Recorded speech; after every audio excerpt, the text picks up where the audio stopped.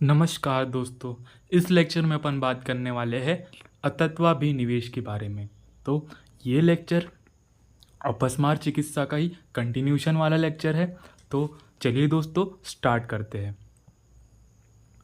इसमें सबसे पहले क्या आता है, जो चरक जी बताते हैं चिकित्सा स्थान में, वो बताते हैं कि विषमानाम कुर्वते बुद्धि नित्य नित्य हिताहिते।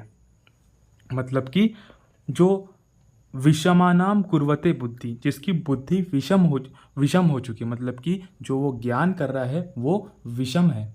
मतलब कि ऐसा बोल सकते हैं, उसमें जो आगे लिखा है क्या है, नित्य को अनित्य समझ रहा है और नित्य को अनित्य को नित्य समझ रहा है, हितकर को अहितकर समझ रहा है और हितकर को मतलब कि अहितकर को हितकर समझ रहा है। मतलब कि उसकी जो बुद्धि है वो विषम हो चुकी है।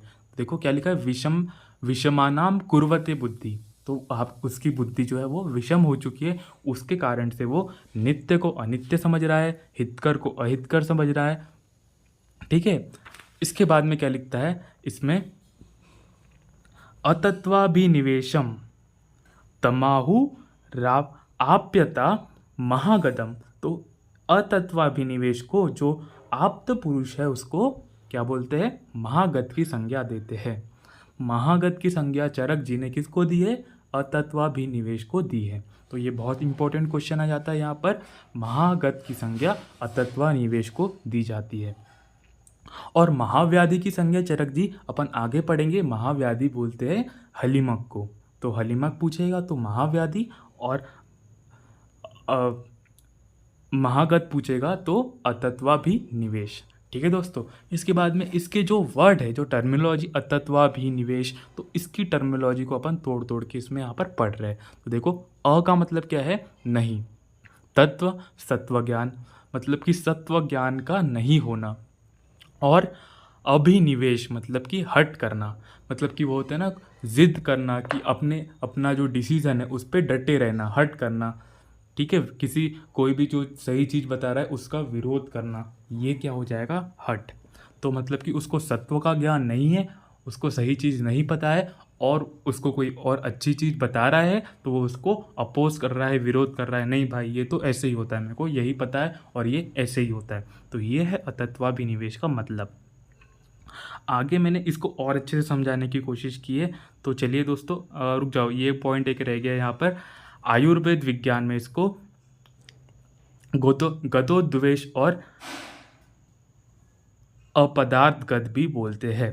तो इसको क्या बोला है, और गतोद्वेष, गतोद्वेग और अपदार्थगत। ठीक है। तो अभी आगे चलते हैं अपन। तो देखो, इसको महागत बोला है, महागत बोला है किसने, चरक जी ने। क्योंकि देखो मेंटल डिसऑर्डर है एक टाइप से, और वो किसी की सुनने के लिए भी खाली नहीं है। मतलब कि वो जो सोच रहा है उसको लग रहा है कि वो सही सोच रहा है, लेकिन वो चीज़ क्या है, गलत। वो रोगी जो है वो नित्य को अनित्य मानेगा, अनित्य को नित्य मानेगा, हितकर को अहितकर मानेगा, और जो उसके लिए अहितकर है उसको हितकर समझेगा। तो अपन इसको एक एग्जाम्पल से समझ सकते हैं। जैसे कि जो ग्रोइंग चाइल्ड्स होते हैं, वो मान लो 17-18 साल का बच्चा है, तो मैंने जो सबसे पहली पिक्चर लगा के रखी यहाँ पर, इससे भी आप समझ सकते हैं। तो मान लो कि उसको जो पेरेंट्स बोलते हैं कि वो बोलते हैं कि भाई इतना मोबाइल मत चलाओ, बाहर खेलने जाओ, ऐसी चीज़ें बोलते हैं। लेकिन वो क्या हितकर समझता है, कि वो हितकर समझता है उसके लिए कि उसके लिए मोबाइल चलाना ही हितकर है, और बाहर जाके खेलना वो अहितकर है। लेकिन अपन को भी पता है कि एक्सरसाइज करना कितनी ज़रूरी है, मोबाइल चलाना is not that much important. तो लेकिन जो बच्चा है वो क्या समझेगा कि उसके लिए इम्पोर्टेंट क्या है, मोबाइल चलाना, ना कि बाहर जाके खेलना। तो ये जो है, ये भी अपन इस एग्जाम्पल से समझ सकते हैं। ठीक है दोस्तों। अब अपन आगे चलते हैं। इसमें क्या बताया, इसका चिकित्सा सूत्र, इसमें कैसे आपको चिकित्सा करनी है। वहाँ पर अपन अपस्मार में तो अपन ने तीक्ष्ण वमन विरेचन पंचकर्म करा दिया था, उसके बाद में संशमन दे दिया था। यहाँ पर क्या करना है अपन को, यहाँ पर स्नेहन स्वेदन संशोधन चिकित्सा करनी है। इसके साथ साथ मेध्य अन्नपान, सबसे इम्पोर्टेंट चीज़ जो है यहाँ पर, मेध्य अन्नपान का सेवन कराना है। तो क्या कराना है यहाँ पर, मेध्य अन्नपान का सेवन। संशोधन तो हर जगह कर रहे थे अपन, वहाँ पर उन्माद में भी कर रहे थे, अपस्मार में भी कर रहे थे संशोधन, और यहाँ पर भी कर रहे हैं संशोधन चिकित्सा, यहाँ पर भी कर रहे हैं। लेकिन जो इम्पोर्टेंट जो टर्मिनोलॉजी यहाँ पर आई है, यहाँ पर मेध्य अन्नपान कराना है इनको। तो अपन ने घी के बारे में पढ़ा है, सूत्र स्थान में क्या पढ़ा था अपन ने, शस्तम घी स्मृता मेद अग्निफल आयु शुक्र चक्षुषाम। तो सेक्शन घी, शस्तम घी स्मृता, मेधा, मेधा को बढ़ाने वाला है, मेधा अग्नि ये सब को बढ़ाने वाला है। तो अपन को यहाँ पर मेध्य अन्नपान में घी को भी अपन यूज़ कर सकते हैं। और बहुत सारी औषधियाँ आती है इसके योग में, बहुत सारी मेध्य औषधि का अपन प्रयोग करेंगे। तो देखते हैं आगे इसमें और क्या क्या है। इसमें पंचगव्य घृत, उसको ब्राह्मी स्वरस के साथ अपन को देना है।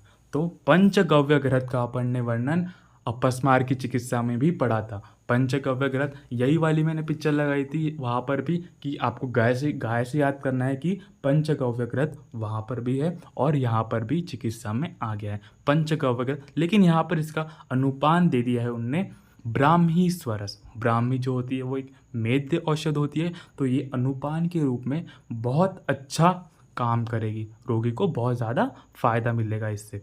इसके साथ साथ क्या है, शंख पुष्पी तथा मेध्य रसायन का सेवन।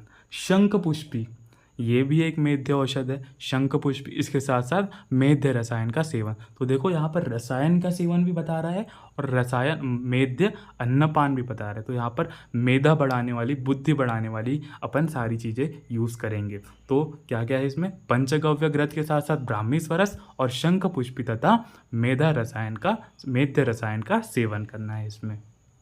इससे आगे चलते हैं। आश्वासन चिकित्सा भी यहाँ पर अपन को करनी है।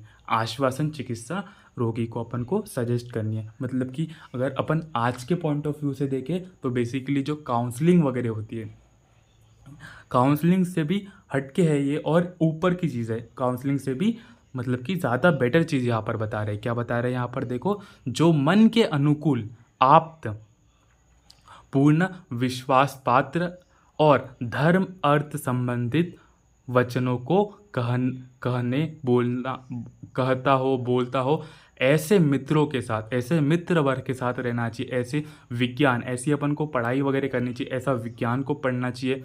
धैर्य, स्मृति शक्ति और स्मरण शक्ति और समाधि से उसे युक्त करें। जो रोगी है उसको अपन ऐसे दोस्तों के साथ बिठाएंगे, ऐसे दोस्तों से बातचीत कराएंगे जो कि धर्म से चलता हो, जो कि आप्त पुरुष हो, मतलब कि जो अपनी गुड सराउंडिंग हो।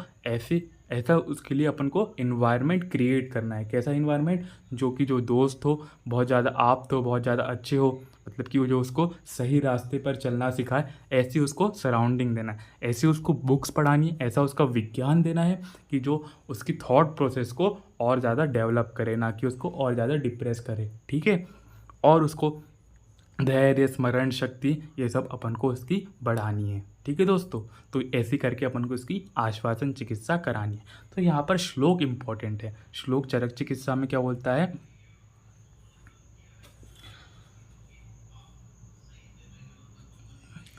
संयोजयेतु।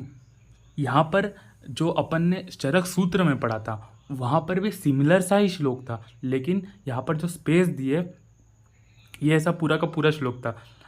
यहाँ पर स्पेस जहाँ पर दिए वहाँ पर कुछ और टर्मिनोलॉजी आ जाती है। ठीक है, तो यहाँ पर विज्ञान, धैर्य, स्मृति, समाधि भी है, ये आता है इसके लास्ट में। तो ये आपको याद रखना है, विज्ञान, धैर्य, स्मृति, समाधि भी है। आगे चलते हैं। इसके साथ साथ यहाँ पर जो बताया है वो है पंच योग। 5 योग यहाँ पर बताए हैं। तो 5 योग कौन कौन से हैं ये बहुत अच्छे से याद रखना है अपन को। लहसुन के साथ साथ तेल देना है, लहसुन के साथ साथ तेल देना है, शतावरी के साथ साथ दूध देना है। मतलब कि यहाँ पर अनुपान का भी वर्णन किया है, क्योंकि जो पोटेंसी है उसकी अपन को बढ़ानी है। लहसुन के साथ साथ तेल, शतावरी के साथ साथ दूध, ब्राह्मी के साथ साथ मधु। तो देखो 2 तो ये हो गए। यहाँ पर जो 3 औषधियाँ लिखी, ब्राह्मी, कुष्ठ और वचा, इसके साथ साथ अपन को मधु देना है। तो क्या क्या है, ब्राह्मी, कुष्ठ और वचा के साथ साथ मधु देना है, शतावरी के साथ साथ दूध देना है और लहसुन के साथ साथ तेल देना है। तो ये 5 योग हो गए अपने। ठीक है दोस्तों, अब अपन आगे बढ़ते हैं। और क्या है इसमें, इसमें विप्रत्यय। विप्रत्यय मतलब कि क्या होगा कि जो कार्य, अकार्य, हितकर, अहितकर और शुभ अशुभ, इन विषयों में विपरीत ज्ञान रखने को विप्रत्यय कहते हैं। क्या करना चाहिए, क्या नहीं करना चाहिए, क्या अपने लिए बेटर है, क्या अपने लिए वर्स है, उनके विषयों का ज्ञान के विपरीत ज्ञान रखना।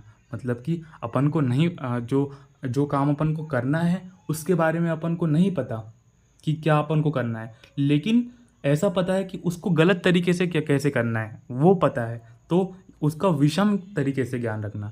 एक होता है कि आपको नॉलेज रहना और एक होता है कि आपको नॉलेज नहीं रहना। तो नॉलेज नहीं रहना इज़ बेटर, लेकिन अगर आपको गलत नॉलेज है उस बारे में तो दैट इज़ वर्स कंडीशन, वो ज़्यादा हानिकारक है आपके लिए। तो ऐसे मैं आपको समझाना चाहता हूँ कि विषम ज्ञान रखना किसी भी कार्य, अकार्य, हितकर, अहितकर के बारे में इज़ मोर डेंजरस, बहुत ज़्यादा खतरनाक है वो। ठीक है, तो यही इसमें जो इसका मतलब बताया है विप्रत्यय के बारे में वो यही है।